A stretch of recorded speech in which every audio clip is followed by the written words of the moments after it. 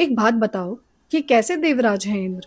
असुरों से डरकर शिव या विष्णु के पास भाग जाते हैं, भोग विलास में डूबे रहते हैं और ईगो इतना फ्रेजाइल कि कृष्ण को ही चुनौती दे डालते हैं। मानव शरीर का सबसे फ्रेजाइल ऑर्गन क्या है?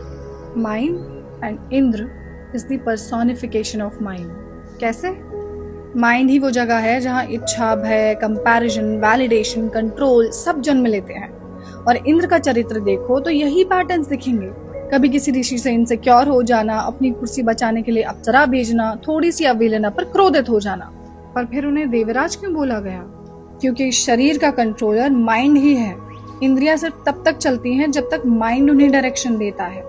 इसलिए इंद्र को इंद्रियों का स्वामी कहा गया है। सेंसरी सिस्टम एक किंगडम है और माइंड उसका किंग।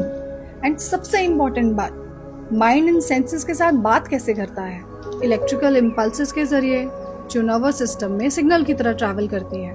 और इंद्र का अस्त्र क्या है? वज्र। करेक्ट, जो कि लाइटनिंग या इलेक्ट्रिसिटी वील्ड करता है।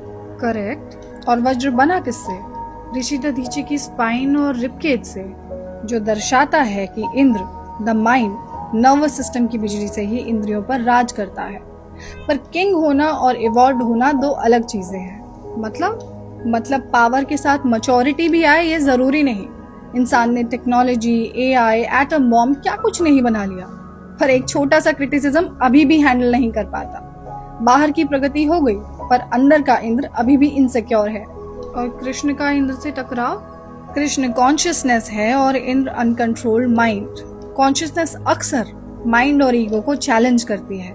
और फिर क्या होता है? क्या? तूफान, फियर, एंजाइटी, एंगर, ओवरथिंकिंग का तूफान। और असुरों से डरकर शिव या विष्णु के पास भागना, क्योंकि माइंड पावरफुल है पर सेल्फ सफिशिएंट नहीं। असुर अंदर का ही अंधकार है, काम, क्रोध, लोभ, मद, अहंकार। जब माइंड इनसे हारने लगता है तब उसे जरूरत होती है हायर कॉन्शियसनेस की, आत्मबोध की, सत्य की ओर मुड़ने की।